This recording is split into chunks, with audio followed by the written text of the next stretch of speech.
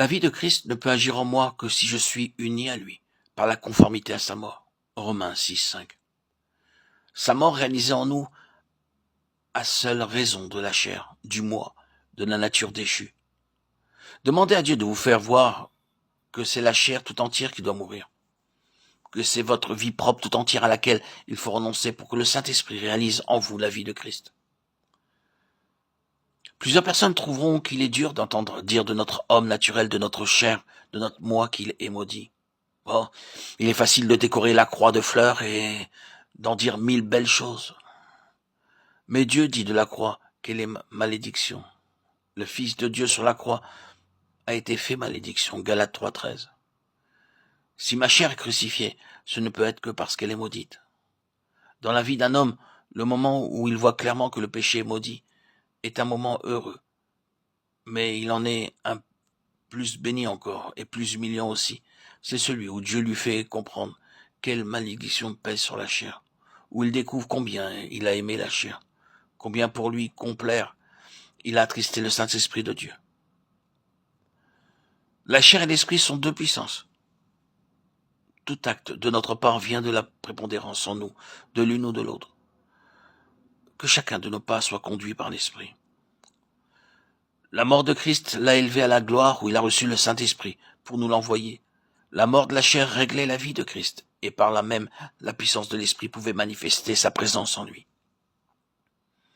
Les églises, marchant dans la crainte du Seigneur, se multipliaient par le secours du Saint-Esprit. Acte 9, 31. Crainte et respect en la sainte présence de l'Esprit en nous. Crainte d'écouter le moi au lieu de lui.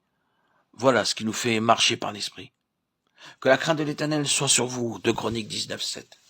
Souvent, nous cherchons quelle est la cause de nos chutes et de nos manquements dans la vie chrétienne. Nous pensons que parce que nous sommes au clair sur ce que les Galates ne comprenaient pas, sur la justification par la foi seule, nous ne courons pas le même danger qu'eux. Oh, que ne savons-nous mieux à quel degré nous avons laissé la chair s'immiscer dans notre religion. Demandons à Dieu de nous faire voir en elle notre plus grand ennemi, l'ennemi de Christ. La libre grâce de Dieu ne s'arrête pas au pardon des péchés, elle comprend aussi la force de la vie nouvelle par le Saint-Esprit. Consentons à tout ce que Dieu nous dit de la chair et de ce qui vient d'elle, lorsqu'il nous déclare qu'elle est souillée, condamnée, maudite. Ne redoutons rien autant que l'action secrète de notre chair. Disons avec la parole de Dieu, le bien n'habite point en moi. Romains 7, 18. L'affection de la chair est inimitié contre Dieu. Romains 8, 7. Demandons à Dieu de nous montrer que l'Esprit doit nous posséder tout entier si nous voulons lui plaire en toutes choses. Croyons que si nous nous glorifions chaque jour de la croix, que si par la prière et l'obéissance nous vouons la chair à la mort de la croix, Christ recevra le sacrifice que nous lui faisons là, et que par sa divine puissance, il maintiendra en nous la vie de l'Esprit. Nous apprendrons alors non seulement à vivre par l'Esprit, mais à vivre comme ceux qui ont été affranchis de la chair, après l'avoir crucifié, et nous marcherons réellement par l'Esprit.